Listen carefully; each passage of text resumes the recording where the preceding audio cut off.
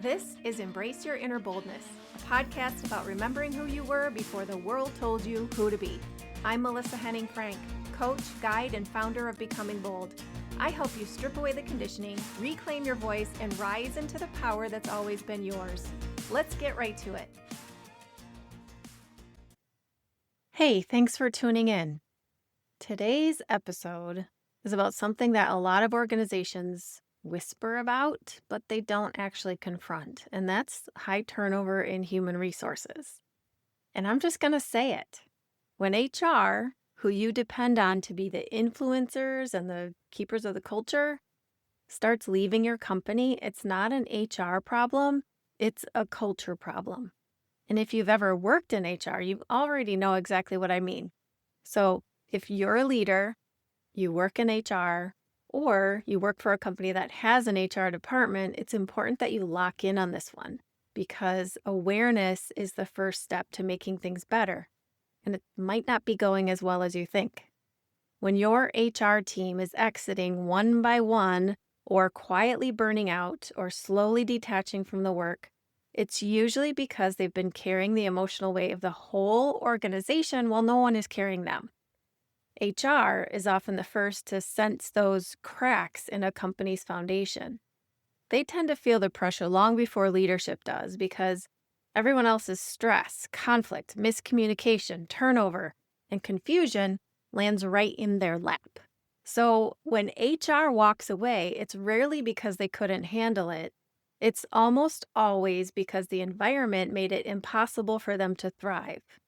And I'm not talking about the turnover that happens when an organization goes through changes like many do, where the HR of the 90s is being transformed into the HR of today.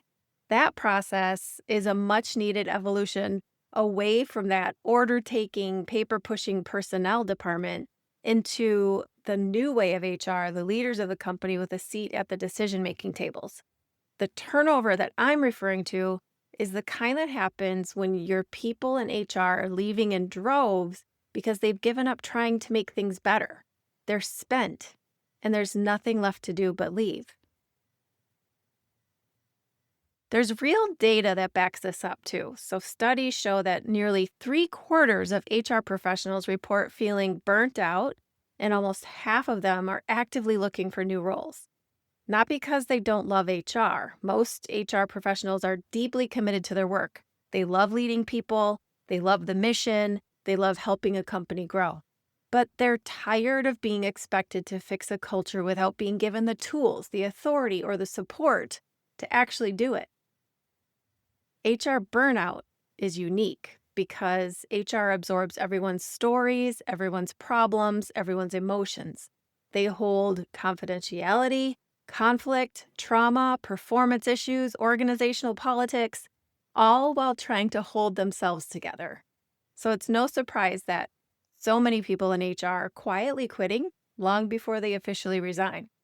It's that slow emotional erosion where they go from being the champion of culture to simply trying to protect their own peace. Quiet quitting in HR doesn't always look dramatic. It often looks like the HR generalist who used to bring new ideas suddenly going silent.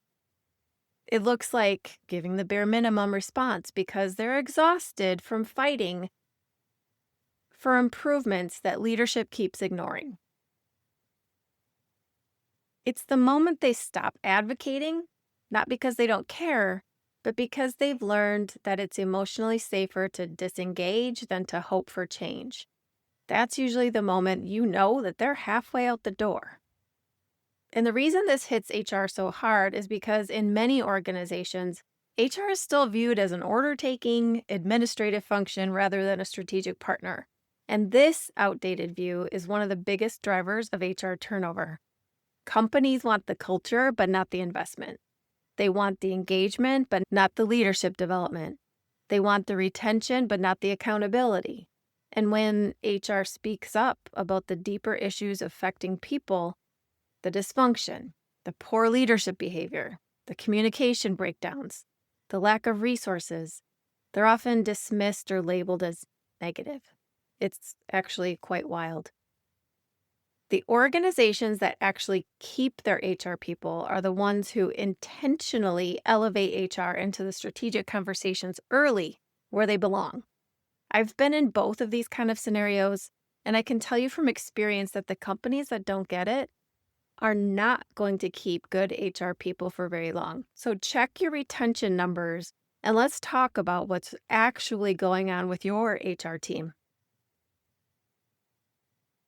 Another piece that rarely gets talked about is the gender dynamic. HR is a female dominated field, and that intersects with workplace expectations. Women in HR are often subconsciously expected to handle all the emotional labor without recognition.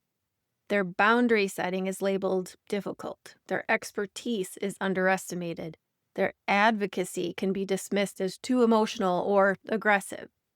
It's a quiet symptom of an outdated system that still lingers in corporate culture and contributes heavily to burnout and turnover. Now, for the HR professionals who stay, either because they love the work or they believe that there's potential for change, or they're afraid to make a change for themselves, it can feel like being in the trenches with no armor. But staying doesn't make you weak, and leaving doesn't make you disloyal. Staying often means that you believe you can influence the culture from the inside. That requires boundaries, allies, courage, and a whole lot of self-awareness. HR professionals who stay often become the quiet catalyst for change. They create conversation, they advocate, they educate, they help leaders see what they've been avoiding. It's powerful work, but it's also heavy work and it can't be done alone. On the flip side, leaving takes courage too, and some HR people are staying way longer than they should be. Sometimes the healthiest, boldest thing an HR professional can do is step away from a culture that refuses to evolve. Leaving doesn't mean that you failed. It means that you recognized that your values, your nervous system, and your well-being truly matter. It means you honored yourself enough to get out of an environment that doesn't support who you're becoming. And I want to say this directly to every HR professional listening. You deserve support. You deserve psychological safety. You deserve a seat at the table. You deserve a workplace that treats you like the strategic partner you are. Self-care for HR is about boundaries, realistic workloads, saying no, protecting your energy, and allowing yourself to be human in a role that often demands superhuman resilience. Organizations with strong, healthy cultures understand this. They invest in HR, they trust HR, they listen to HR, they include HR from the beginning instead of at the end. And because of that, HR stays. They feel valued. They feel energized. They feel like what they're doing matters because it does. High HR turnover is never random. It's actually a clear message. It's feedback. It's a cultural pulse check. And when an organization learns how to support HR, empower HR, listen to HR, everything changes. Engagement, communication, retention, leadership effectiveness, all of it. So whether you're thinking about staying and influencing your culture, or you're feeling the pull to move on, please remember this. Your well-being matters just as much as the well-being of the people you support. You don't have to hold the whole company together at the expense of yourself. You are not the problem. You are the mirror reflecting what's really going on. And you get to choose the environment that reflects the person you're becoming. I'm here if you want to talk to someone who's been in your shoes, both the supportive good shoes and the not so good uncomfortable shoes.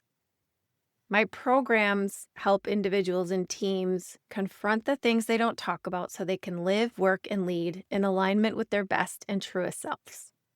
If you're not on my email list yet, you're missing out on a jam-packed library full of absolutely free personal and professional development resources. The link is in the show notes to sign up and also in the bio of all my social media accounts. Keep becoming you. And until next time, please be kind to your mind. That's it for today's episode of Embrace Your Inner Boldness. If this stirred something in you, don't let it fade. Screenshot this episode, tag me at Becoming Bold LLC, and share it with someone else who's ready to rise. And hey, if you haven't already, take a second to subscribe, rate, and review the show. That's how we spread the boldness and keep this movement growing. Whatever came up for you today, feel the fear and do it anyway. You don't need to wait for perfect timing or permission. You are powerful. You are ready. And remember, the only limit to your boldness is the one you set for yourself. Until next time, stay bold, stay curious, and keep becoming you.